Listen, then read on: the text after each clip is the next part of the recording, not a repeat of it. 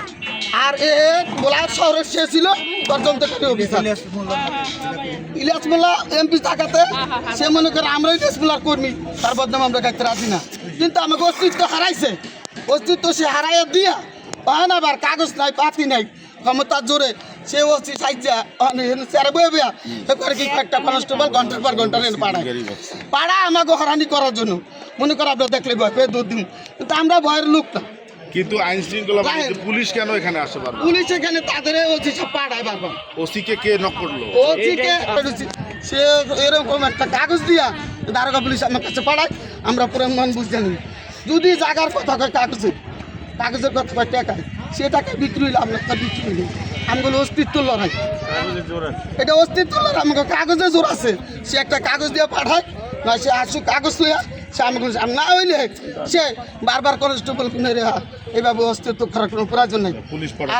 আর আমাকে এভাবে হরানি করার প্রয়োজন এই জায়গার বিপ্রিন ডাকে আমরা তো জায়গার মালিক আমরা কাগজ লিয়ে দাঁড়াই রয়েছি সে জায়গার যেই মালিকের ভরসায় সে বারবার এখানে আসতে আছে সে মালিকটা নইয়া কাগজটা সে আমাদের কাছে আসুক তার আমরা চাই কিন্তু সেটা আসে না তারা সেটা আসে না শুধু তারা শেষ মিনিট বিভিন্ন সময় বিভিন্ন রকম সে হায়নাকারী দল স্বাধীনতা বিরোধী শক্তি সারাক্ষণভাবে সারা জাতিকে গ্রাস করে খেয়ে আসতেছে এবং তাদের দাপট এবং তাদের থাবা এত ভয়ঙ্কর ছিল যে তাদের কাছে সাধারণ মানুষ জিম্মিয়ে থাকতো এবং বিভিন্ন সময় বিভিন্নভাবে আমাদের এখানে পর্যদস্ত করছে আমাদের এখান থেকে জোর জবরদস্তি উঠাই দিয়েছে 3-4টা প্লটের ইনভেকশনের কথা দেখিয়ে এই 882টা প্লট তার মধ্যে আমাদের রেজিস্ট্রি করা প্লট আছে 421টা এবং এইগুলি থেকে আমাদেরকে উচ্ছেদ করছে পরিবার পর্যন্ত আমরা এখানে দীর্ঘকাল বসবাস করছি অনেকের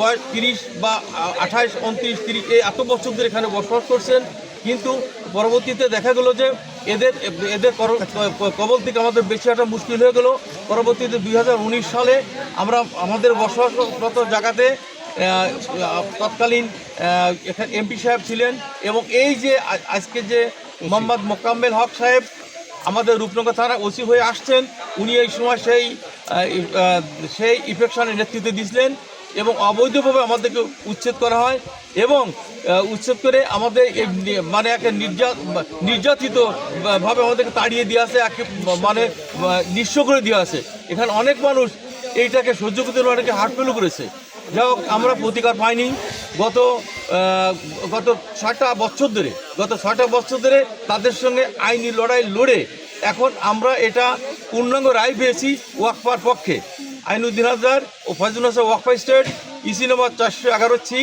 দুয়ারিপাড়া মৌজা টোটালটার উপর আমরা রায় পেয়েছি এখানে 87 একর সম্পত্তি আছে তার মধ্যে 1 শতক জমিও ন্যাশনাল হাউজিংয়ের নামে নাই তারা একটা এলাকেস দেখিয়েছিল 5-72-73 পরবর্তীতে যখন আইনি লড়াইয়ে তারা পর্যদস্ত হয় তখন তারাকে দেখালো 4-87-88 এলাকেস সেটাও শেষ হয়ে তাদেরকে এই দুইটা এলাকেসই 5-72-73 এবং এলাকেস নাম্বার 4-87-88 দুইটা উচ্চ আদালত অকার্যকর এবং অবৈধ বলে ঘোষণা করে এবং এই সম্পত্তির উপরে এই দুয়ারিপাড়া মৌজার আইনুদ্দিন হায়দার ও ফয়জুল হাসান বিবি ওয়াকফ স্টেটের পক্ষে স্থায়ী স্ট্যাটাস আছে আমাদের যেটা সাইনবোর্ডে আপনারা দেখবেন চতুর্দিকে লাগানো আছে এইটাকে থ্রয় কেয়ার করে তারা এখানে নানান রকম অপকর্ম করছে অবৈধভাবে ঘর বাড়ি আরেকজনটা দখল করে নিচ্ছে এখানে লোকাল প্রশাসন থানা ওসি মোহাম্মদ মোকাম্মেল হক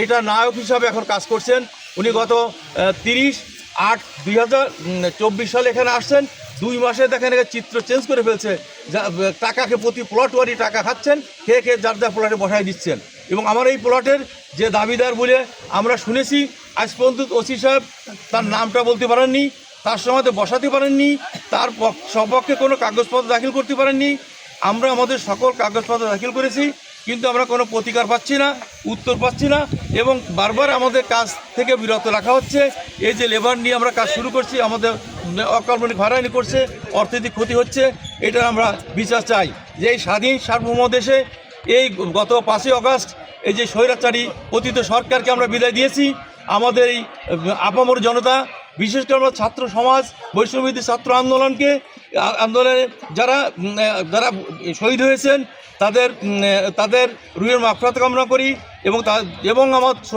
ছোট সন্তানদেরকে আমি স্যালুট করি যে তাদের কারণের জন্যে এইরকম একটা ফ্যাসিবাদী সরকারকে আমরা উৎখাত করতে পেরেছি। কিন্তু তার দোসররা এখনও সক্রিয়, তারা আমাদের নানাবিধ অক্টোপাসের মতো চুষে খাওয়ার চেষ্টা করতেছে। আমরা এর প্রতিকার চাই। সেই সঙ্গে অত্র এলাকার স্থায়ী সমাধান হোক, এটা আমাদের সকলের কাম্য। এগুলি কিন্তু আপনাকে বারবার একাধিকবার ওসি যিনি আছেন, আমার মনে হয় যে এখান থেকে এমন একটা অদৃশ্য শক্তি কাজ করছে, সেটা অদৃশ্য শক্তিটা হচ্ছে অর্থনৈতিক সাপোর্ট উনি পেয়েছেন আমার মনে হয়। এবং আশপাশে যারা বলছে একই কথা। এবং এখানে যে আমার প্রতিপক্ষ কাজ করছিলেন, জিজ্ঞাসা করছিলাম কেন আপনি এ প্লটের আপনি কি দাবিদার, আপনি কি মালিক মনে করেন? বলছেন না। তাহলে কাজ করছেন কেন? আনসার কমান্ডারকে দাঁড় করায়, সাথী দিয়ে দাঁড় করায় ওনাকে দিয়ে কাজ করাচ্ছিলেন ওসি সাহেব। ওনার অফিসই দোতলায় যে আমরা সাক্ষাৎ করছি, কথা বলছি এবং বললাম যে আপনার বিরুদ্ধে এই অভিযোগ হচ্ছে, কেন আপনার বিরুদ্ধে এরকম অভিযোগ হয়?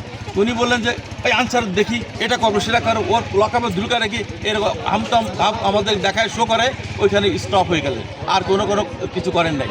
তাই আমার তাহলে এক কাজ করেন, যদি অন্য কোনো দ্বিতীয় পক্ষে দাবিদার থাকে আমাদের উভয়কে ডাকান, আমরা এক জায়গায় বসি, যার যা কাগজপত্র দেখি, যার কাগজপত্র সহি আছে সেইটার মালিক।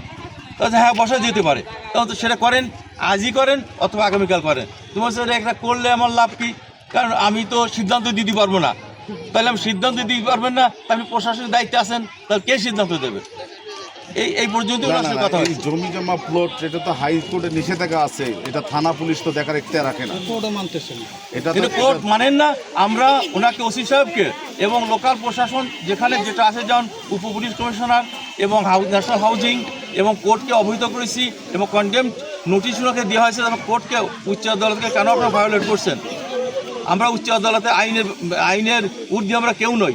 আইনকে শ্রদ্ধা ভরে দেখি এবং আইনকে আমরা মানি, সেটাও আমরা মানতেছেন না। আপনার প্রতিপক্ষ যে যিনি দাবিদার, যিনি রূপনগর থানার ওসির কাছে নালিশ করছেন বা তিনি দাবি করতেছেন, তাকে কি ওসি সাহেব কি হাজির করাতে পারছে এখন পর্যন্ত? না, এখন পর্যন্ত পারেন না। ওনার নামটা উনি বলেন না, কিন্তু উনি সবই জানেন, ওনার আদি অন্ত জানেন, উনি বলতেছেন না।